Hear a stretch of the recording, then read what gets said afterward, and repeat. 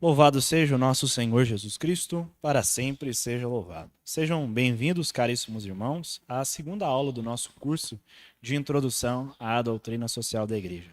Neste itinerário, nós faremos de 8 aulas, entendendo as bases, os princípios, os valores da doutrina social da Igreja. Hoje temos um passo muito importante: conhecermos o homem. Nosso tema de hoje é esse: respondermos a esta pergunta tão importante e que perpassa toda a história da filosofia e da antropologia: que é o homem? Se não conhecermos bem o que é o homem, se não entendermos bem o que é a natureza humana, por consequência, também não conseguiremos bem uma organização social e política sã, porque a sociedade nada mais é do que a reunião dos homens. Sendo assim, é de suma importância compreendermos bem a natureza humana para chegarmos aos objetivos finais de uma sociedade política. Então, este é o nosso objetivo hoje: entendermos o que é a natureza humana, quais são as potencialidades da natureza humana em vista da política, em vista do bem comum.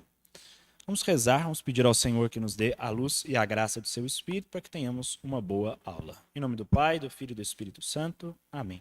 Inspirai ao Senhor as nossas ações e ajudai-nos a realizá-las, para que em vós comece e para vós termine tudo aquilo que fizermos por Cristo, Senhor nosso. Amém. Meus caros, então, na última aula nós estudamos a doutrina social da Igreja ao modo de introdução, vimos seu conceito, vimos a sua história, vimos a importância das encíclicas, especialmente a Rerum Novarum. Ficou como para casa também para vocês o estudo da Rerum Novarum, e certamente puderam compreender os princípios, os valores que a Rerum Novarum colocava diante de todo aquele conflito da questão operária entre o liberalismo e suas consequências e a propaganda, a bandeira socialista, marxista. Vimos também a obrigatoriedade de adesão a essa doutrina social e vimos as relações entre o Estado e a Igreja na base da doutrina social da Igreja. Hoje, então, como já anunciado, vamos estudar a natureza humana, o que é o homem. Vamos então ao nosso material. Quem está no nosso grupo de WhatsApp já recebeu este material. Quem não está, o material, o link para baixá-lo, para acessá-lo, está à disposição aí na descrição deste vídeo. O primeiro tópico é a natureza humana. Na base de qualquer estudo de política ou sociologia deve estar uma correta visão antropológica. Com efeito, a sociedade existe para promover o bem da pessoa humana. Uma visão deturpada da natureza humana e de suas potências acarretou problemas severos em muitos momentos da história. De início, é preciso sublinhar que o homem é um composto. Sua natureza detém uma alma espiritual e imortal e um corpo material e corruptível. Um homem não é nem só alma e tampouco o homem é só corpo, como podem querer alguns reducionismos que vemos por aí. Na escatologia se sabe que o corpo ressuscitará gloriosamente no fim dos tempos. Assim, o homem é um ser fronteiriço entre a dimensão espiritual e a dimensão material. O homem, ele demanda, ele requer estas duas atenções. Uma vez que ele possui uma alma espiritual e imortal, precisa das questões também espirituais. Mas uma vez que também detém um corpo material, precisa também se preocupar com as questões materiais, temporais deste mundo. Como tudo que Deus fez é bom, a Igreja desde sempre tratou de rejeitar o chamado maniqueísmo. O que é o maniqueísmo? É uma tese que, inclusive, foi durante algum tempo defendida pelo grande Santo Agostinho, antes da sua conversão, que vinha do movimento gnóstico. Manis vinha do Oriente. O maniqueísmo defendia que há digamos assim, uma distinção entre o material e o espiritual, sendo que aquilo que é material é ruim, e digamos que num linguajar mais teológico seria algo pecaminoso, um linguajar mais moral, enquanto aquilo que é espiritual é que verdadeiramente é bom. A Igreja rejeitou isso. Para a Igreja, a matéria também foi criada por Deus e é boa. Ela não foi criada por um demiurgo, como defendia o movimento gnóstico. Não, ela foi criada por Deus. E vemos claramente nas primeiras páginas do Gênesis, Deus olhou para tudo e viu que tudo era bom, que tudo era muito bom, inclusive a criação material. A Igreja rejeitou a tese maniqueísta, que coloca o espiritual como bom e aquilo que é material como ruim. filosofia dualista que pregava bondade do que espiritual e maldade do que material e corporal. Ensina o catecismo da Igreja Católica. A pessoa humana, criada à imagem de Deus, é um ser ao mesmo tempo corporal e espiritual. A narrativa bíblica exprime esta realidade numa linguagem simbólica, quando afirma que Deus formou o homem com o pó da terra, insuflou-lhe pelas narinas um sopro de vida, e o homem tornou-se num ser vivo. Então, por que simbólica? O barro significa a realidade material, corpórea, e o sopro de Deus, a realidade espiritual. O homem, no seu ser total, foi, portanto, querido por Deus. Isso é muito importante. Querido por Deus. E esta natureza humana, completa, corpo e alma, há de ser um dia reunificada, mesmo aqueles que já faleceram, na segunda vinda de Cristo, no novo céu e na nova terra, quando o corpo será este glorioso, ressuscitado. Muitas vezes a palavra alma designa, nas Sagradas Escrituras, a vida humana,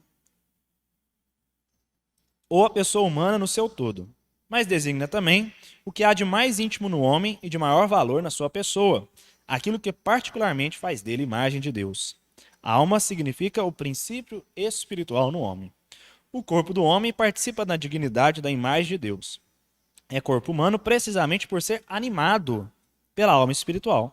E a pessoa humana, na sua totalidade, é que é destinada a tornar-se no corpo místico de Cristo, templo do Espírito Santo.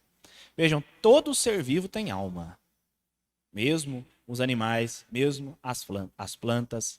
A diferença é que as plantas, como veremos já, possuem uma alma vegetativa, mas tem alma porque tem vida. A alma é a forma do ente vivo, como definiram os clássicos na filosofia. Né? Corpo, justamente tem esse nome, corpo animado. Por quê? Porque tem uma alma, tem ânima, né? Tem vida.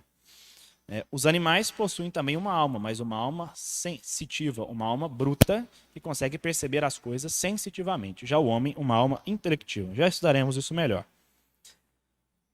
Corpo e alma... 364. O corpo do homem participa na dignidade da imagem de Deus. É um corpo humano precisamente por ser animado pela alma espiritual, e a pessoa humana na sua totalidade é que é destinada a tornar-se no corpo místico de Cristo, templo do Espírito. Corpo e alma, mas realmente uno, o homem na sua condição corporal reúne em si mesmo os elementos do mundo material, que assim nele encontra sua consumação e nele podem louvar livremente o seu Criador. Por isso não é lícito ao homem menosprezar a vida do corpo. Importantíssimo isso, olha. Nós não devemos nos preocupar somente com as questões espirituais. Embora esta deva ser a principal preocupação, o homem também tem que se preocupar com os cuidados do corpo, com a vida do corpo. Pelo contrário, deve estimar e respeitar o seu corpo, que foi criado por Deus e que há de ressuscitar no último dia. A unidade da alma e do corpo é tão profunda que se deve considerar a alma como a forma do corpo. A forma não no sentido de figura, mas como a essência, né? Dentro da concepção da filosofia clássica, de Platão e Aristóteles, de forma, a ideia, a essência, aquilo que faz com que a coisa seja o que ela é, a quididade daquela coisa. Quer dizer, é graças à alma espiritual que o corpo constituído de matéria é um corpo humano e vivo. Tanto é assim que quando você vai num velório, você percebe que há uma distinção substancial entre aquele corpo e o corpo de outrora animado. Nós damos inclusive um outro nome. Nós chamamos aquele corpo não mais de corpo, nós o chamamos de cadáver, porque não é mais corpo realmente. O corpo, tal como nós o concebemos o corpo humano, é um corpo animado por uma alma.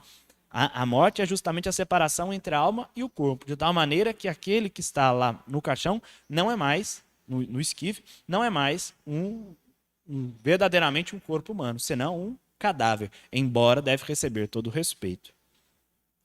No homem, o espírito e a matéria não são duas naturezas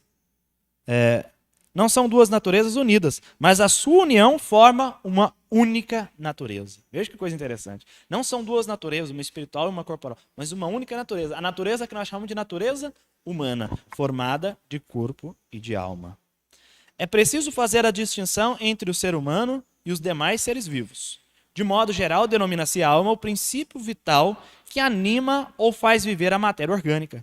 Aristóteles distingue 3 tipos de almas: a vegetativa, a sensitiva e a racional.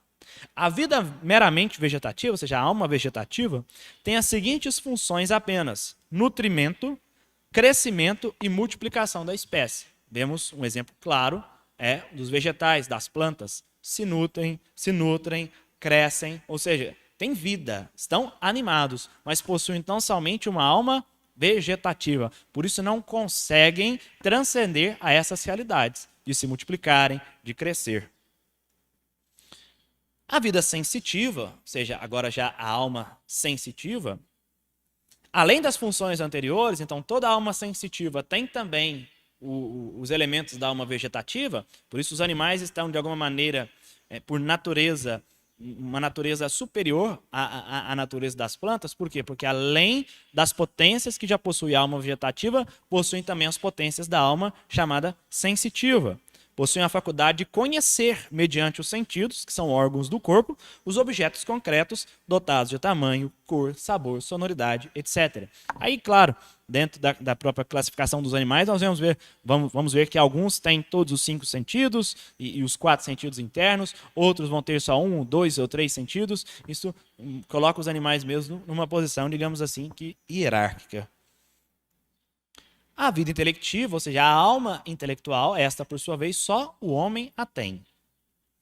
Por sua vez, tem a mais a função de elaborar noções abstratas. Vejam, a mais por quê? Porque a alma intelectiva, além das potências da alma vegetativa, tem também as potências da alma sensitiva, porque tem também os sentidos, tem as potências de multiplicação, de reprodução, melhor dizendo, de crescimento, mas tem potências a mais, tem a intelecção, tem a inteligência. A função de elaborar noções abstratas, depuradas as dimensões e outras notas concretas, contingentes, com que os seres aparecem na natureza. É a alma racional. Só o homem tem alma racional. Os demais seres, os animais e as plantas, possuem almas chamadas sensitivas e almas vegetativas. As almas dos animais e das plantas, por sua vez, por sua própria condição, não são imortais. Foram essas as conclusões que chegaram Aristóteles e posteriormente também Santo Tomás de Aquino. Elas não morrem, não têm uma alma espiritual. Só o homem tem uma alma espiritual e já veremos por quê. Aristóteles e Platão chegaram a esta conclusão através somente da via da filosofia, através da via da razão, que o homem tem uma alma racional, espiritual e imortal. O Aristóteles parou aí. Ele não sabia o que acontecia com a alma depois da morte, mas soube chegar a esta conclusão. O homem é a plenitude da criação, o único ser que Deus quis por si mesmo. Recorremos mais uma vez ao catecismo da Igreja Católica. O homem é o ponto culminante na obra da criação. Não precisaríamos de grandes investigações para chegar a essa conclusão. Basta perceber esta hierarquia que há entre nós, entre a alma vegetativa, a alma sensitiva e a alma racional, que só o homem tem. A narrativa inspirada exprime esta realidade, fazendo nítida distinção entre a criação do homem e das demais criaturas. De todas as criaturas visíveis, parágrafo 356 do Catecismo da Igreja Católica, só o homem é capaz de conhecer e amar o seu Criador. É a única criatura sobre a terra que Deus quis por si mesma. O homem é sempre um fim em si mesmo, ao contrário dos demais seres. Só ele é chamado a partilhar, pelo conhecimento e pelo amor, a vida de Deus. Com este fim foi criado, e tal é a razão fundamental da sua dignidade. Hoje vemos muito uma ideologia, vemos isso em certa ideologia ecológica, que coloca o homem abaixo das preocupações ecológicas, quando, é verdade, precisamos nos preocupar com a natureza, com a ecologia, com a proteção da natureza, sim, mas por causa do homem. Porque toda a obra da criação existe para o homem. Quando você vai ouvir, por exemplo, Leonardo Boff falar de ecologia, você percebe que ele está totalmente desorientando esta ordem. Quando ele coloca o homem como câncer, ele sempre coloca a Terra como se fosse um organismo vivo, pessoal, e o homem seria como que um parasita e um câncer para essa Terra. Esta não é a ecologia católica. Outras pessoas querem colocar também os animais, com a mesma dignidade. Falam hoje em direitos dos animais. Isso não existe. Obviamente, toda essa reflexão que estamos fazendo da superioridade e dignidade do homem sobre os demais seres não nos leva a conclusões do tipo como se nós pudéssemos maltratar os animais. Não é nada do tipo. Mas a conclusão correta e adequada que parte da própria realidade das coisas de que, por natureza, o homem é superior a estes seres. Em dignidade, o homem é superior a estes seres. E só o homem é um ser que Deus quis por si mesmo. Os demais seres existem justamente para dar glória a Deus e para o homem. Na história, muitas correntes tentaram compreender a relação do homem com a sociedade. Isso aqui é importantíssimo.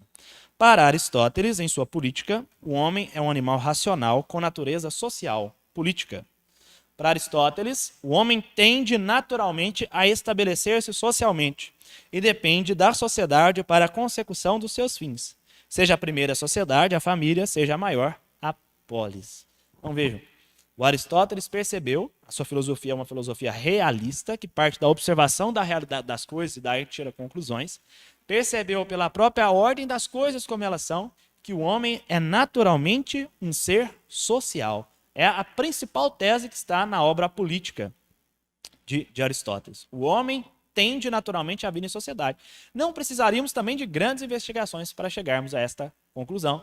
Basta pensarmos na nossa vida em sociedade hoje. Você já imaginou se você tivesse que fabricar o seu pão? Se você tivesse que fabricar o seu remédio? Se você tivesse que ser o médico? Se você tivesse que ser o mecânico do seu carro? Se você tivesse que construir o seu carro? São tantas. Se você tivesse que cortar o seu cabelo, se você... Enfim, são muitas e muitas demandas que nós temos como ser humano, demandas essas que precisam ser saciadas para atingirmos o nosso fim, para atingirmos e garantirmos a nossa dignidade, e que nós, por nós mesmos, se fôssemos simplesmente individualistas, se vivêssemos solitariamente, nós não conseguiríamos saciar essas demandas. Então, está mais do que claro, nós precisamos naturalmente, a nossa natureza demanda isso, a vida em sociedade.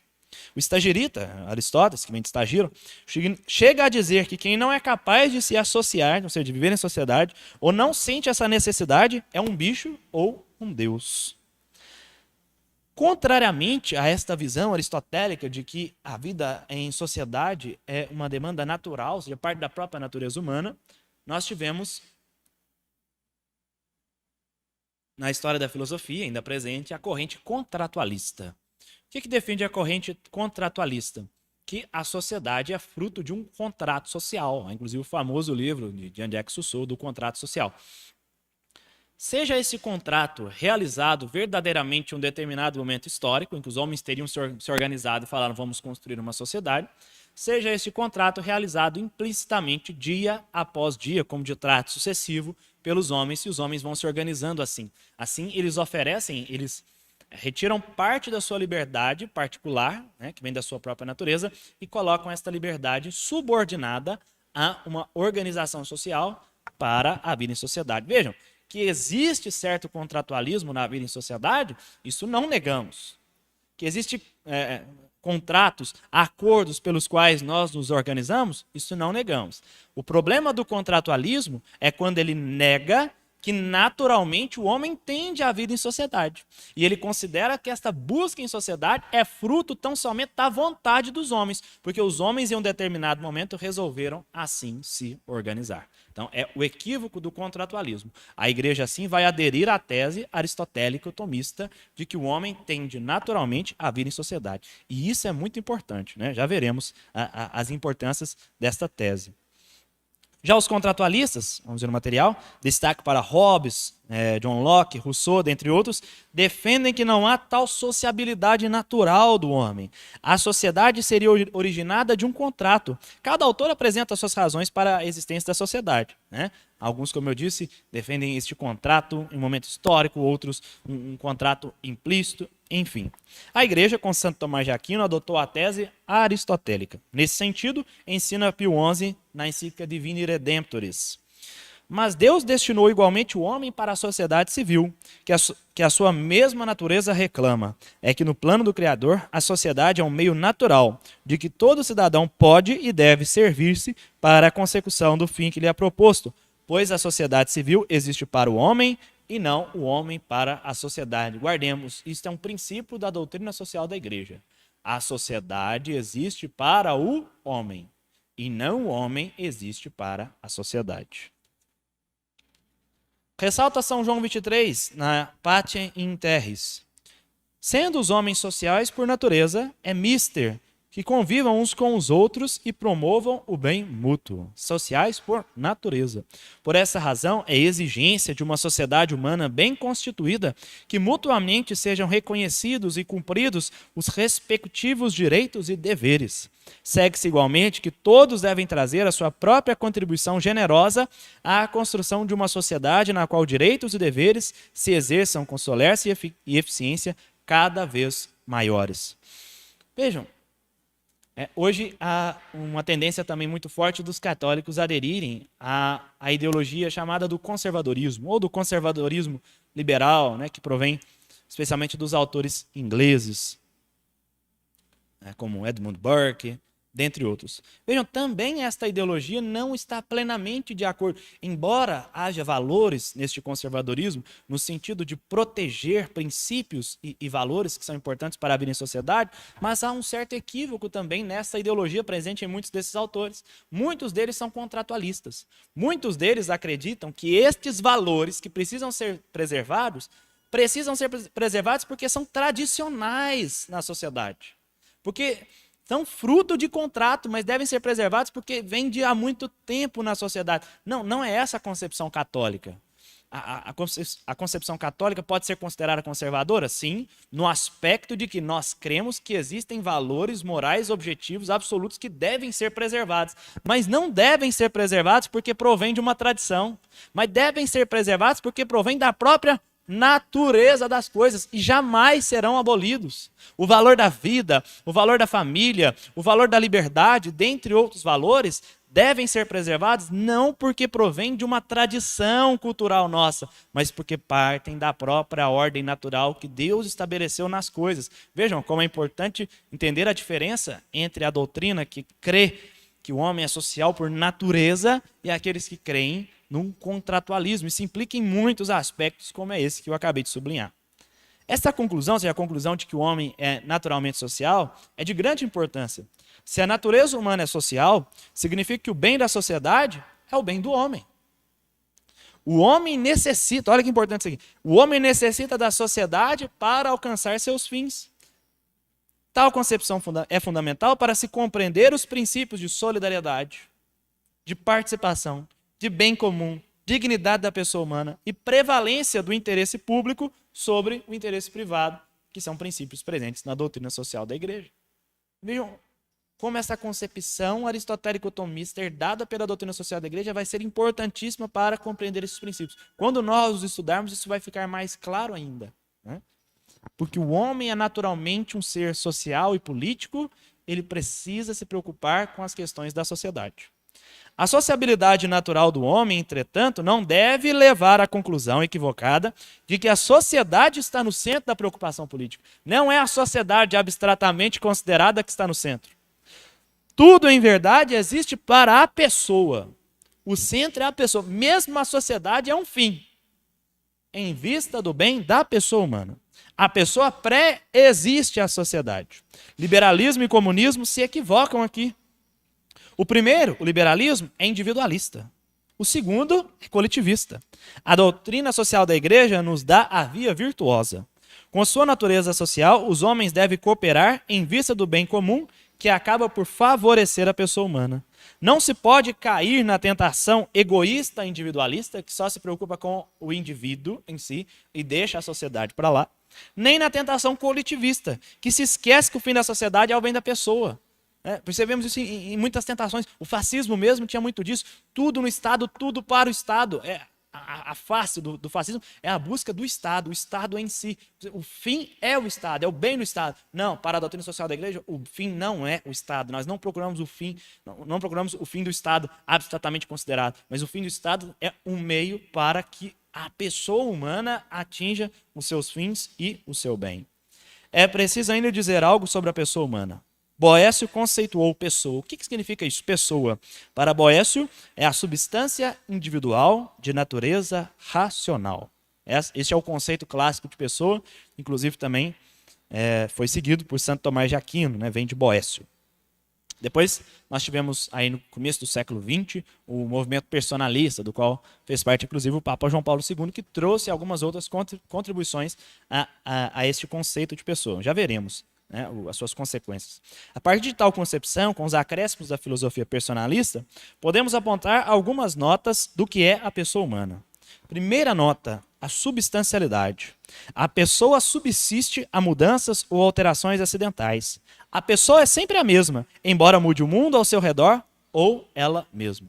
Vejam, as mudanças circunstanciais do mundo ao redor da pessoa, embora não sejam mudanças importantes, né, tem até uma frase interessante de Ortega y Gasset, ele diz, eu sou eu e minhas circunstâncias, isso é interessante, as questões circunstanciais, de alguma maneira, influenciam em nós mesmos, mas não mudam o que é a pessoa. Tampouco as mudanças acidentais nela mesma. Vejam bem, uma criança de 7 anos, quando se tornar um idoso de 70 anos, certamente vai ter trocado muitas coisas no seu organismo, talvez tudo. Né? Não é a minha área de atuação científica, biológica aqui, para fazer uma afirmação dessa, mas certamente é assim. A sua própria mudança física ocorre, mas tem uma coisa nela que não muda, o seu ser pessoal. Há ali algo substancial que prevalece sempre. Ali está uma pessoa. Eu, Moisés, hoje com 27 anos, sou substancialmente a mesma pessoa que fui quando tinha 10 anos, quando tinha 15 anos, quando tinha 5 anos e quando tinha 3 meses no ventre da minha mãe. É por isso que a igreja não aceita de forma alguma o aborto, porque desde o momento da concepção existe algo substancial que faz com que a pessoa seja pessoa por ela mesma e que não muda. E nisso está radicada a dignidade da pessoa humana. Isso aqui é importantíssimo, gente. Se nós deixamos isso de lado, a gente começa a dizer que em algum momento a pessoa não tem a mesma substância e não tem o mesmo valor. Então isso é fundamental. Existe algo que é substancial e que é perene no ser humano, que é o seu ser pessoal, que acontece desde o momento da sua concepção.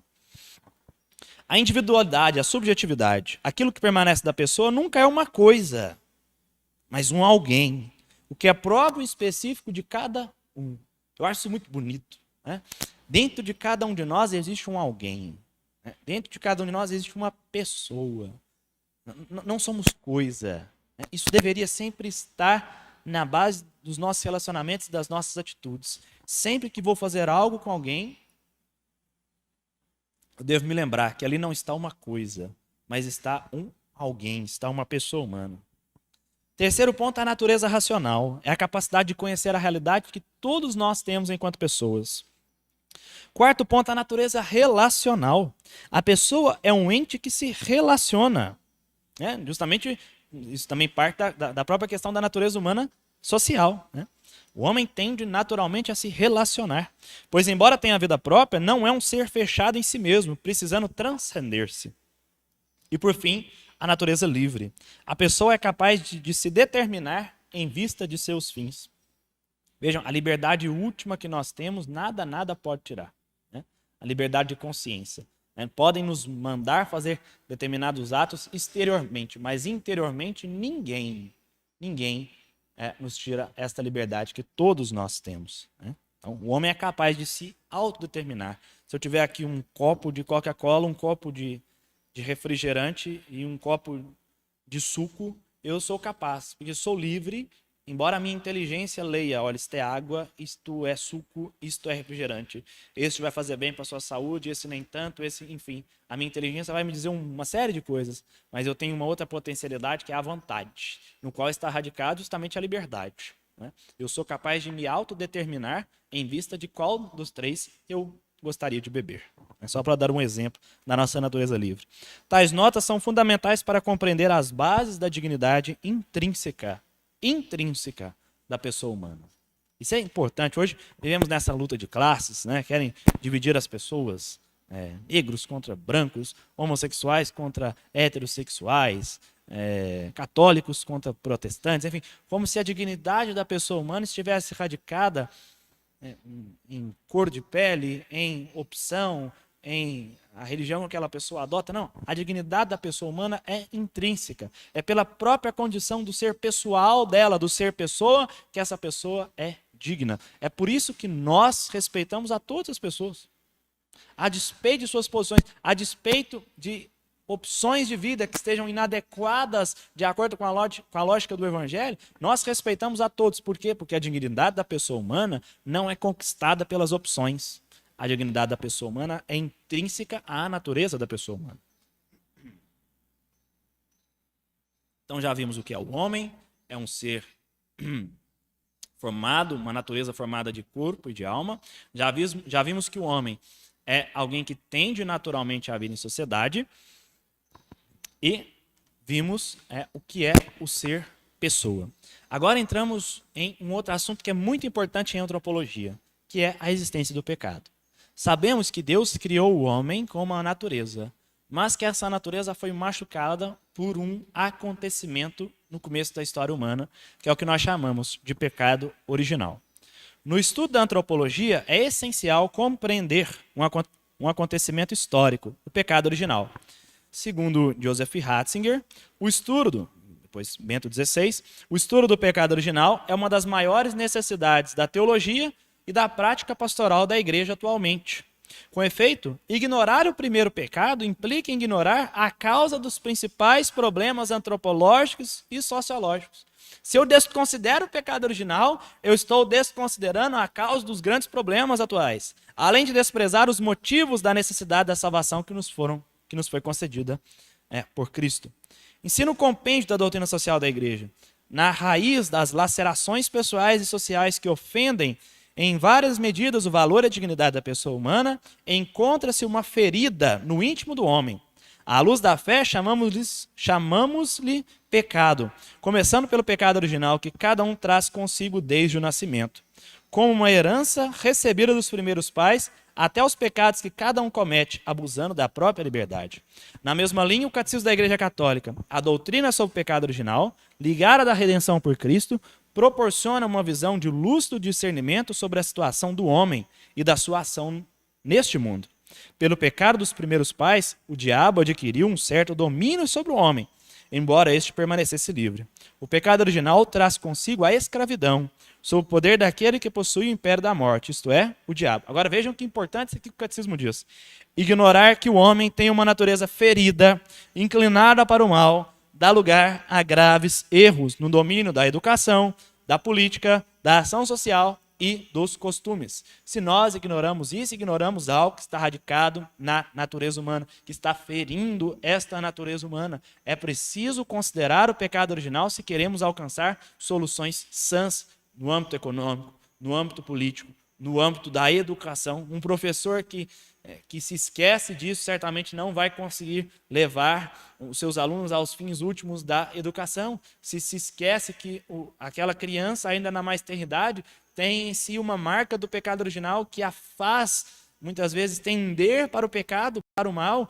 É preciso uma vida virtuosa para orientar novamente o homem com o auxílio da graça ao caminho da virtude. Certamente esse professor não vai conseguir bons resultados. Então é preciso compreender bem o que foi o pecado original, as suas consequências e como ficou a natureza humana depois do acontecimento do pecado original. E é isso que vamos estudar aqui agora. Na história, diversas correntes conceberam mal a natureza humana. Alguns a trataram como completamente corrompida. Para Thomas Hobbes, o estado natural do homem é o da guerra, né? A frase mais célebre do Hobbes é aquela: o homem é o lobo do próprio homem. Na obra dele, o Leviatã, para Hobbes, o homem está num estado natural, ou seja, antes da sociedade, porque ele era um contratualista, o homem estava num estado de guerra perpétua, guerra perene. O homem vive em briga. E por que você precisa construir a sociedade? Você precisa de uma sociedade, um poder político organizado para ordenar o homem, para colocar um freio nesta guerra perpétua que está o homem no seu estado natural. Então, a concepção do Hobbes, por um lado, é uma concepção de uma natureza humana plenamente corrompida e deteriorada pelo pecado. Hobbes teve muita influência do protestantismo, A concepção de Lutero é essa, de uma natureza humana completamente corrompida e derrotada pelo pecado original. Essa não é a posição da igreja. Já veremos qual é a posição da igreja. Ainda em Hobbes, o Estado surge como Leviatã para controlar tal estado natural e provocar ordem. Já em Rousseau, temos o contrário. A natureza humana ela é boa. Naturalmente, o homem é bom. A ideia do Rousseau é a ideia do bom selvagem. Sendo que o que corrompe a natureza humana é a sociedade, na concepção de Rousseau. Então, Para o Hobbes, o homem naturalmente está corrompido. Para o Rousseau, não. Então, para o Hobbes, você precisa organizar a sociedade para quê? Para colocar ordem no homem nessa natureza corrompida. Para o Rousseau, não. Para o Rousseau, a natureza humana é plenamente boa. É o bom selvagem. A sociedade é que corrompe o homem. Isso aqui é facilmente refutável, né? A sociedade, se é um conjunto de homens e se a natureza do homem é sempre boa, se você tem natureza boa, mais natureza boa, mais natureza boa, de onde que poderia vir essa maldade que corrompe o estado natural bom do homem? Mas essas duas concepções influenciaram muito a história humana e continuam influenciando. Os âmbitos da educação, por exemplo, há correntes que acham que a natureza humana está completamente corrompida, então você precisa ter uma educação extremamente rigorosa, você precisa pôr ordem. Há outros que acham não, a criança na escola é o bom selvagem, a sua natureza é boa, vejam. Não é por aí, né? Então você precisa encontrar um equilíbrio, que é o equilíbrio católico. Também um outro exemplo que a gente pode colocar, aliás, essa comparação entre o Hobbes e o Rousseau é colocada num livro muito interessante chamado A Guerra Antes da Civilização, de Lawrence Kisley, um livro que foi traduzido pela editora Realizações. Se quiserem entender melhor essas concepções e as suas consequências, leiam este livro. Mas nós tivemos, por exemplo, aqui na época da colonização, a influência dessas duas correntes. Tinha gente que achavam que os nativos, os silvícolas, os índios, tinham uma natureza totalmente corrompida. E você precisa chegar com uma colonização bélica, forte, impositiva sobre eles, escravizando, fazendo coisas desse tipo. Do outro lado, nós tínhamos gente que achava que o índio era o bom selvagem. Até hoje temos assim, né? Um índio vive em plena harmonia com a natureza. Quando sabemos que, historicamente, as coisas não são assim, né? Embora os índios mereçam todo o nosso respeito, mas também na civilização indígena, como em toda outra civilização humana, tinha problemas. Né? Tribos indígenas que praticavam canibalismo, tribos indígenas que, se um bebezinho nascesse com algum problema, com alguma deficiência, era enterrado vivo. Né? Muitas tribos indígenas viviam em guerras constantes entre si, inclusive se aliaram ao homem europeu aqui quando nós tivemos conflitos. Isso na colonização espanhola foi muito marcante, né? Foi assim, inclusive, que os espanhóis conseguiram derrotar os grandes impérios, como maias, astecas, incas, foi se unindo a outras tribos que eram subjugadas por esses impérios muito fortes e enormes. Então, vejam, essas concepções estão equivocadas. O ser humano em si, naturalmente, não é nem o bom selvagem de Rousseau, nem aquela natureza extremamente corrompida, o lobo do próprio homem, do Thomas Hobbes. Né? A igreja não adere a tais concepções. Mais uma vez, sua resposta é a via virtuosa e verdadeira. O homem, criado por Deus, bom, possui uma ferida provocada pelo pecado original. Tal ferida não corrompeu sua natureza plenamente, mas a deixou machucada com uma concupiscência. Então vejam, a natureza humana é boa, mas ela está ferida.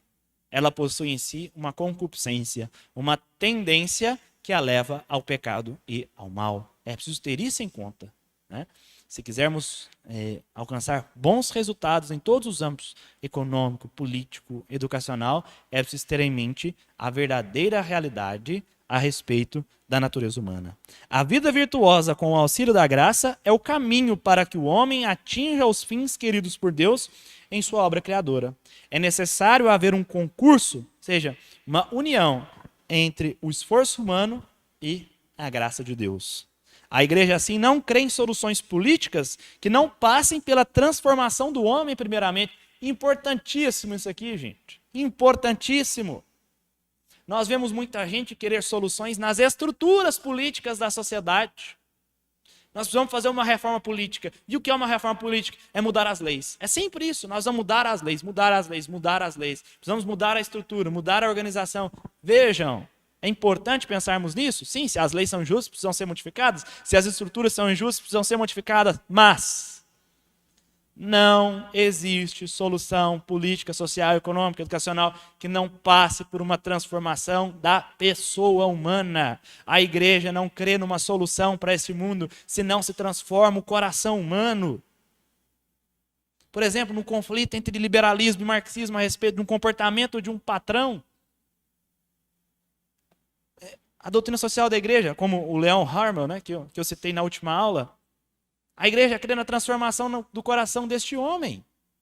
Nesse que dirige muitas vezes a atividade daquela empresa. que vai, a partir da sua iniciativa pessoal de um convertido, trazer melhores condições de trabalho para os seus trabalhadores, que vai aumentar, à medida que aumenta o seu lucro, também aumenta a remuneração dos seus trabalhadores, que vai contratar mais trabalhadores à medida que o sucesso do seu empreendimento consegue. Vejam como isso é cooperação e todos saem bem, mas isso só pode acontecer se este homem for um homem virtuoso. Mas o mesmo também pode se aplicar ao trabalhador. Se o trabalhador não for virtuoso, a empresa, no fim das contas, não consegue seus fins e ele mesmo vai sofrer as consequências. Se ele pensar como os marxistas, que as coisas se resolvem pela luta de classe, pelo conflito, se o seu coração não estiver plenamente transformado, também não chegaremos a boas obras, a bons resultados. Então, a igreja não crê em soluções políticas e sociais que não passem pela transformação do coração humano. É por isso que a evangelização, é por isso que quem faz trabalhos para a conversão das pessoas, quem reza, quem ora, está fazendo algo em vista também do bem temporal e do bem comum. Porque a transformação social passa pela transformação do coração humano. Quando se esquece isso, não se colhe bons resultados. O último tópico da nossa aula de hoje é um estudo sobre as duas potências superiores da alma humana. Aqui queremos estudar quais são essas duas potências e como o homem, como se opera a inteligência e a vontade do homem. Isso aqui também é de suma importância. Vai ser muito importante, inclusive, para a próxima aula, quando nós estudarmos a questão da lei natural, né? E como o homem adere a esta ordem natural através da vontade. A alma humana racional possui inteligência e vontade. Então, quais são as duas potências superiores da alma humana? A inteligência e a vontade. Isso já estava na obra do Aristóteles. Inclusive, é a partir da inteligência e da vontade que o Aristóteles demonstra a existência da alma de uma maneira racional, né? uma alma imortal, uma alma intelectual, uma alma espiritual. Por quê? Porque o Aristóteles percebe que na matéria não existe potência para estas operações. Só pela matéria não há potencialidade para que o homem seja inteligente e vontade. Então, a inteligência e a vontade, senhores, importantes aqui, não estão radicadas no cérebro humano. O cérebro humano é o órgão que organiza os sentidos, estes sim, materiais, corporais. A inteligência e a vontade estão radicadas na alma humana. Vou começar de novo, então. A alma humana racional possui inteligência e vontade, as quais excedem as potências da matéria. São absolutamente imateriais e espirituais, não tendo um órgão corporal.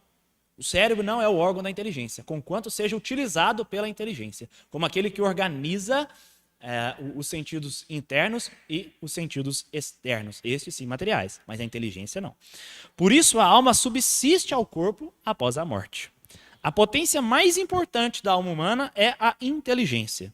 E qual que é o objeto da inteligência? É a abstração das essências. Pela inteligência, nós conseguimos abstrair das coisas existentes na realidade as suas essências, as suas formas, as suas ideias, as suas quididades, aquilo que essas coisas são essencialmente. A inteligência visa conhecer o verdadeiro, o bem, o justo, o belo, enfim. Segundo o órgão aristotélico, o que é o órgão aristotélico? São as obras de Aristóteles de lógica, né? Seguindo o órgão aristotélico, o Jacques Maritain, que foi um importante filósofo tomista católico, com uma atuação muito destacada no começo do século XX, ele tem algumas obras importantes, e uma delas eu gostaria de usar aqui, que é Elementos de Filosofia Lógica Menor. O Maritain, ele vai estabelecer quais são as 3 grandes operações do intelecto, ou seja, como é que a inteligência age. Quais são as operações que esta potencialidade da alma humana, que é a inteligência, quais são as operações que ela realiza, né? Então ele ensina que são 3 as operações do intelecto humano. E prestem atenção, isso aqui é evidente para todos nós. E claro, para todos nós que temos inteligência. Primeiro é a simples apreensão. O que é a simples apreensão? Ela é determinada por uma similitude do objeto recebido dos sentidos graças à abstração. O espírito forma uma ideia ou conceito mental. Ele vê, atinge ou apreende uma certa essência ou objeto de conceito e designa essa ideia por uma palavra. Vamos entender isso aqui. Eu coloquei aqui um exemplo do homem, mas vamos pegar o exemplo do livro, né? O que é a simples apreensão? Eu, através dos meus sentidos, os meus sentidos me dão todas as informações a respeito desse livro. Por exemplo, agora eu estou fazendo aqui o sentido do tato, estou tocando nele. Né? Mas eu poderia usar de outros sentidos. Né? Eu não sei se ele vai ter um cheiro de livro, mas eu poderia usar o olfato. Eu poderia mordê-lo para tentar descobrir se é um livro através do paladar. Né? Se eu fizer isso aqui, ó, isso me gera um som e a minha audição é capaz de perceber que se trata de um livro. E no caso aqui, o principal sentido que vai me dizer que isso aqui é um livro, sem dúvida alguma, é o sentido da visão. Então, os 5 sentidos eles me mostram e eles me dão todas as informações a respeito desse livro e é formado aqui dentro de mim aquilo que nós chamamos de fantasma, que é a reunião de todas essas informações que são percebidas pelo sentido. E o que o intelecto vai fazer na simples apreensão? Ele vai abstrair a essência. Aquilo que faz com que esse livro seja um livro. Ora, se ele fosse uma substância assim, como um copo que contesse, um recipiente que contesse água, ele não seria um livro, mas ele tem a essência de um livro. Ele tem aquilo que faz com que o livro seja um livro. Da mesma forma, o homem, né? Eu olho para um homem, eu posso usar dos outros sentidos também, eu percebo todas essas informações e formo esse fantasma, que é o conjunto das informações que eu percebi através dos sentidos. E depois eu vou conseguir fazer uma apreensão. Eu vou abstrair deste homem uma essência. Vejam, exemplo, o homem. Assim ele poderá produzir em si um conceito complexo e detalhado daquilo que viu. É a definição da coisa. Exemplo, animal racional. A essência do homem é isso. É ser um animal racional. É aquilo que o distingue de todos os demais seres. É aquilo que faz com que o homem seja um homem, animal racional. É a simples apreensão. Eu simplesmente abstraio a essência daquela coisa. É a primeira operação do intelecto. A segunda operação do intelecto, a segunda coisa que o intelecto faz neste caminho de encontrar a verdade é o juízo. O que é o juízo? O juízo é uma construção. É a reunião de 2 conceitos. É quando eu pego a simples apreensão e a julgo a partir de uma outra compreensão, de uma outra apreensão, e eu as uno. Eu estou fazendo um juízo, vocês vão ver. É a reunião de conceitos do sujeito e do predicado. Afirma ou nega um do outro por um ato simples, é o juízo. Essa reunião de conceitos é a proposição. Exemplo, o homem é um animal racional. Vejam, na simples apreensão, eu simplesmente aprendi homem. Agora eu estou reunindo o sujeito, o homem, com o predicado. O homem é um animal racional. Eu fiz um juízo. É a segunda operação do intelecto. O nosso intelecto é capaz de julgar as realidades. É capaz de julgar que aquilo que ele aprendeu... Vejam, eu aprendi na simples apreensão, eu peguei todas as informações que me disseram, isso é um livro. E o que eu faço no juízo? Eu faço este juízo, verdadeiramente. Eu faço essa proposição. Eu colo o que é um livro com essas características que eu aprendi e posso dizer, isto é um livro. Eu estou julgando, eu estou dizendo que isso aqui é um livro. É a segunda operação do intelecto. A terceira operação do intelecto é o que nós chamamos de raciocínio. O que é o raciocínio? O homem apreende um grupo de proposições e pela via da argumentação ele as reúne, chegando a conclusões. Pelo raciocínio ele vai das coisas que já conhecemos a que ainda não conhecemos. A sua obra é o silogismo. Pelo raciocínio, eu junto juízos e a partir desses juízos, a partir das conclusões que esses juízos chegam, eu tiro uma conclusão que eu ainda não conhecia. Simplesmente através de 2 juízos, eu tiro uma terceira conclusão que eu ainda não conhecia, que é o que nós chamamos de raciocínio.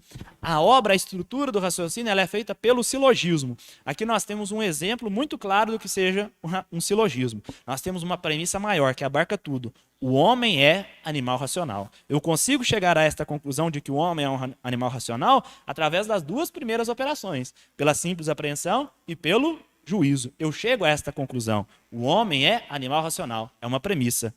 Se eu chego com outra premissa, eu consigo também perceber pela simples apreensão e pelo juízo que Pedro é um homem.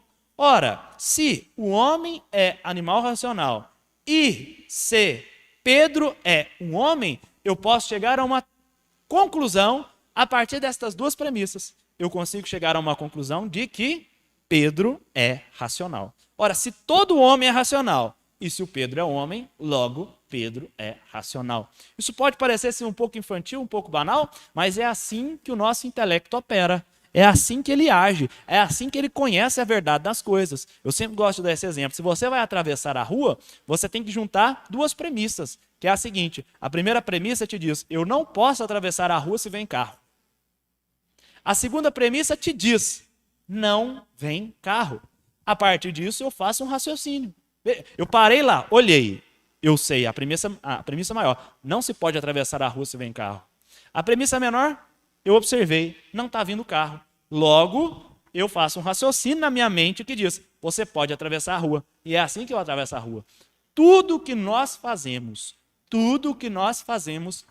através da nossa inteligência, passa pelo raciocínio, né? Passa por essas três operações do intelecto e é assim que nós conhecemos a verdade das coisas. É assim que nós chegamos às conclusões verdadeiras e certas a respeito das coisas. Pensemos, por exemplo, na vida moral.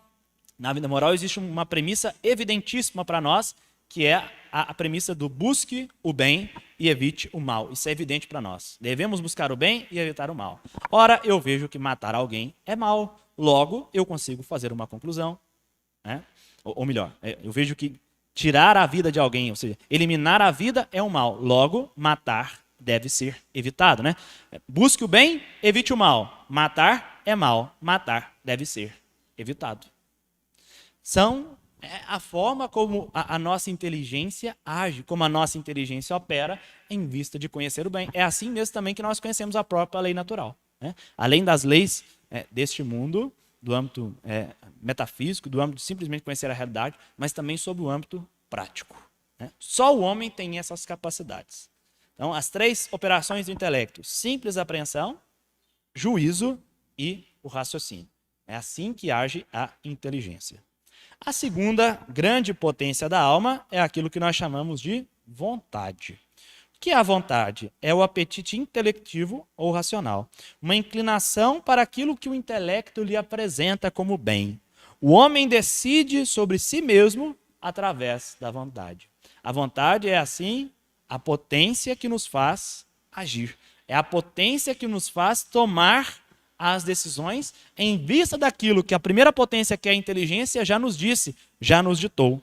A inteligência propicia ao homem o conhecimento da verdade e do bem. Pela inteligência, eu consigo fazer raciocínios que me dizem, este comportamento não é adequado, este comportamento é mau, portanto, este comportamento deve ser evitado. Então, é através da inteligência que o homem descobre a ordem natural inscrita pelo Criador nas coisas. Por ela, o homem descobre a lei moral. Esta é a importância da inteligência. Por sua vez, mas a vontade é que possibilita ao homem decidir operativamente conforme lhe dita a inteligência. Assim, a vontade deve ser ordenada pela inteligência. A vontade é a condição da liberdade. Se não tivéssemos vontade, tampouco nós teríamos liberdade, porque não poderíamos agir livremente. Nesse sentido, das criaturas desse mundo, só o homem é realmente livre, porque só o homem possui esta potência na alma, radicada na alma, que é a vontade. Por exemplo, eu analiso determinado ato que eu estava pensando em fazer. A minha inteligência me diz, olha, fazer isso está errado. Tudo bem, a inteligência já me ditou, a inteligência já fez um juízo, a inteligência já me mostrou que eu não devo fazer aquilo. Mas, se vou fazer ou não, aí somente a vontade, né? Se eu coloco aqui, pegando aqui, mais uma vez aquele exemplo, né? Se eu coloco aqui um copo de água, um copo de suco e um copo de refrigerante, tudo bem, a inteligência me diz, isto é água, as consequências de tomar uma água, isto é suco, quais são as consequências de tomar o suco, isto é refrigerante, quais são as consequências de tomar o refrigerante. Agora, a decisão de qual deles eu tomarei, isto é a vontade quem faz. A vontade, portanto, entendam bem, quando nós dizemos, por exemplo, eu estou com vontade de comer um doce, isso é inadequado. Seria dizer, nós estamos com o desejo. A vontade é justamente o que me faz comer aquele doce, né? Então, a inteligência me dita o que é certo, o que é justo, o que é adequado. E a vontade é a potência pela qual eu realmente ajo em vista daquele bem que a inteligência me diz. Mas vejam bem, eu posso agir contrariando a minha inteligência. A inteligência muitas vezes me diz que eu não devo fazer aquilo, mas ainda assim eu ajo, porque sou livre, né? Isso é muito bonito dentro de nós, né? Às vezes até faltam palavras para exprimir a beleza do que Deus colocou dentro de nós. Nós somos plenamente capazes de decidir o que é que nós vamos fazer. Mas a vontade Isso é o ideal, isso é o que nós devemos procurar. A vontade deve sempre se submeter à inteligência, porque é a inteligência que nos diz o que é certo, o que é verdadeiro, o que é bom. A vontade, assim, deve se submeter a este juízo que já nos foi ditado pela inteligência. Quando não fazemos isso, as consequências virão, cometeremos o pecado, faremos coisas ruins, coisas inadequadas. Mas é justamente porque somos inteligentes e temos vontade que podemos dizer que somos plenamente livres. E nesse sentido, só o homem é assim. Os animais, por exemplo, vivem na busca de satisfazer os seus instintos. O instinto diz para o bicho, come esse bife, e ele vai comer. Se você colocar um bife na frente de um cachorro, o cachorro vai comer, porque o instinto dele é o instinto de sobrevivência, de satisfação dessa necessidade dele. Ele vai comer. Agora, o homem é capaz de olhar para aquele bife gostoso, e ainda assim a inteligência ele dizer, olha, o bife é bom, mas você precisa fazer um jejum, você precisa fazer uma dieta, e nós conseguimos pela vontade rejeitar a oferta daquele bife. É um exemplo banal, mas que também nos mostra como é que essas duas grandes potências da alma humana agem dentro de nós. Então, meus caros, esta aula ela é de suma importância para a continuidade do nosso curso, e assim nós a encerramos. Fazendo uma breve recapitulação, a natureza humana então é formada de corpo e de alma. Essas duas têm igual dignidade, não se pode separá-las. O homem é um ser fronteiriço entre a realidade espiritual e corporal. O homem tende por natureza a vida em sociedade. Nós não somos adeptos desse chamado contratualismo. Nós vimos o que é a alma, vimos que a dignidade humana está justamente radicada, ou melhor, o que é a pessoa, vimos que a dignidade humana está justamente radicada neste ser pessoal que está em cada um de nós. Vimos que é importante lembrarmos de que houve um acontecimento na história humana que machucou, que feriu, que desordenou de alguma maneira a natureza humana, não plenamente como alguns querem, uma natureza plenamente corrompida, e não do outro lado como alguns entendem que a natureza humana está plenamente boa, sã. Não está, ela está ferida e ela precisa de uma vida virtuosa, do caminho das virtudes, juntamente com a graça de Deus, para restabelecer-se no projeto de Deus para o homem. E vimos que a igreja não tem soluções que não passem pela transformação do coração humano. E por fim, vimos quais são as duas grandes potências da alma, que são a inteligência e a vontade. A inteligência nos faz conhecer a verdade, a justiça, o belo, através das três operações do intelecto: a simples apreensão, o juízo e o raciocínio. A vontade, por sua vez, nos faz agir em vista daquilo que nos diz a inteligência. Esta, então, é a doutrina antropológica da igreja a respeito do homem. Permaneço à disposição, quaisquer dúvidas que vocês tiverem, e nós voltamos na semana que vem com a nossa próxima aula. Nós vamos tratar das fontes e dos valores da doutrina social da igreja. Um estudo muito especial sobre a lei natural, que nós faremos na aula que vem. Vamos rezar, então, uma Ave Maria, consagrando a nossa vida e o nosso curso à Santíssima Virgem. Ave Maria, cheia de graça, o Senhor é convosco. Bendita sois vós entre as mulheres, e bendito é o fruto do vosso ventre, Jesus. Santa Maria, Mãe de Deus, rogai por nós, pecadores, agora e na hora de nossa morte. Amém. Rogai por nós, Santa Mãe de Deus, para que sejamos dignos das promessas de Cristo para sempre. Amém.